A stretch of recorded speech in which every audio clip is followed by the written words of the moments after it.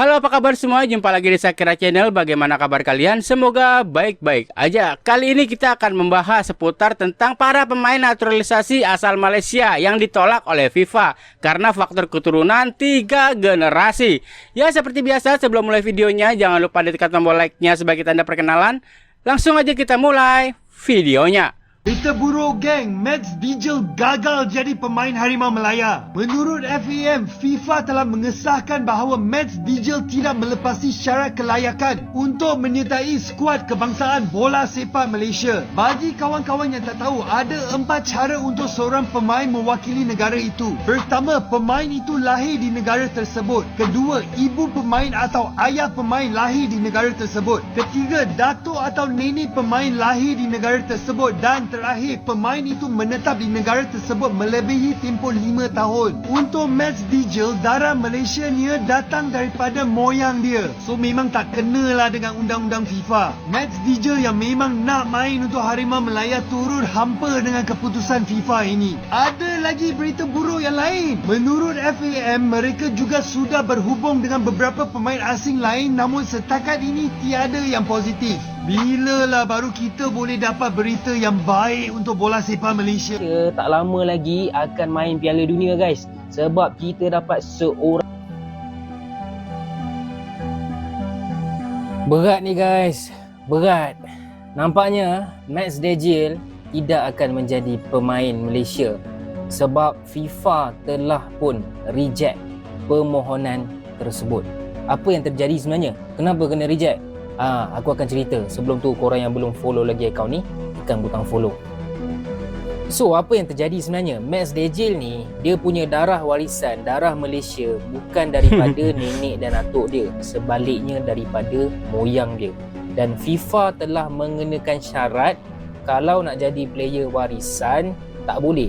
Moyang tak boleh. Paling atas pun atuk dengan nenek. So, FIFA tak terima benda tu. Sebab satu lagi, pasal Malaysia ni adalah ini berkaitan dengan sejarah yang mana suatu ketika dahulu, dah lama lah, Singapura adalah sebahagian daripada waktu tu Singapura dalam Malaysia. Okey, dan waktu tu jugalah moyang dia ni duduk dekat Singapura. Maka tidak dikira sebagai darah Malaysia. Darah tanah Melayu, yes. Darah Singapura, yes. Darah A, darah B, darah M. Darah Malaysia, tidak. Itulah cerita dia. Okey, aku pun tak tahu nak cakap apa. Bila kita nak dapat berita yang baik ni sebagai orang Malaysia? Hari-hari berita buruk.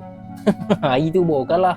Lepas tu pemain warisan ni tak dapat join. Lepas ni apa pula? Para konten kreator asal Malaysia ini dibuat malu guys, karena mereka ini sudah menggembar-gemborkan tentang Mads Dijel akan bergabung dengan timnas Malaysia. Dan kenyataannya Mads Dijel ini tidak memenuhi syarat untuk bermain dengan timnas Malaysia. Sudah jelas-jelas ya kalau Mads Dijel ini tidak memiliki garis keturunan dari ayah atau kakeknya, melainkan dari moyangnya. Breaking news, Garuda Calling Oktober 2024 sudah resmi diumumkan. Tanpa adanya satu pemain bintang ini, timnas Indonesia membawa 27 pemain untuk menghadapi Bahrain dan China.